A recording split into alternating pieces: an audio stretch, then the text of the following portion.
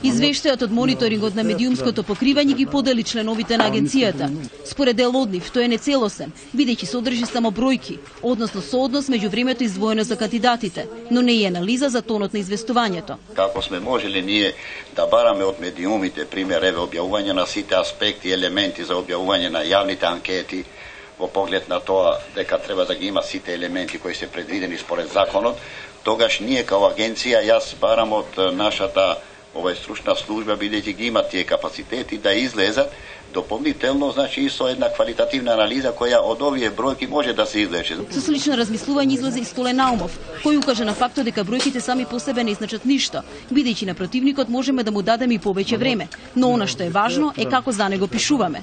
Голем дел од медиумите се пристрасни и небалансирани, а тоа го потврди извештајот на ОПСЕ, рече Наумов. Реагираше председателот на агенцијата. Јас воопшто не го делам вашиот став дека извештајот на ОПСЕ е тој меродавен и дека тој треба да го прифатиме. Ако е така, не знам што барате во оваа сала и зошто доаѓате на работа. Или зошто не доаѓате на работа ако сметате дека извештајот на ОПСЕ е тој кој што треба. Јас не сметам дека по Советот за радиодифузија во агенцијата нема стручни луѓе кои што се далеку поквалитетни и постручни да изработат многу поквалитетен и многу покомпетентен извештај. Ми, колку што гледав јас извештајот на ОПСЕ, нема бројки, има 2-3% и другото се филозофски размислувања. ОПСЕ е дел од системот кој е секаде почитуван, одговори Наумов. Впрочем, на нивните извештаи се повикува и нашата влада. Како не ви е непријатно при очи слепи да се прави? Ништо повеќе. Вчера вестите на МТВ почна со прилог за перформансите на амбулантните возила, што ги набави владата, колку се убави, па имале каиши, колку удобно пациентите се чувствуваат во нив. Трајчевски продолжи да прави споредби со извештајот на ОПСЕ, а како аргумент ги наведе бројките во извештајот на агенцијата.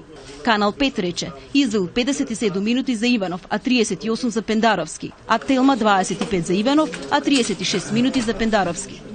Односот е идентичен. Не ја разбирам таа математичка формула за присметка. Може би е за Нобелова награда, не знам, може би има таква математичка присметка, каде што ние не ја знаеме таа математика, овдека се знае. Трајчевски инсистираше во конечниот записник да влезе и констатацијата дека прв пат од осамостојувањето на Македонија е забележен обид за изборна манипулација со гласачите. Преку презентирање на нереспектабилно истражување на јавното мислење, а со цел да се обезбеди изборна победа на опозицијата, поддржана од два национални радиодифузери, телевизија Телма и телевизија 24 Вести. Според Борис Арсов и Методија Јовановски, демократијата во Македонија е во исклучително добра кондиција, а медиумите се во нагорен тренд. Според нив, не може да се очекува квантитативна оценка на квалитативни согледувања.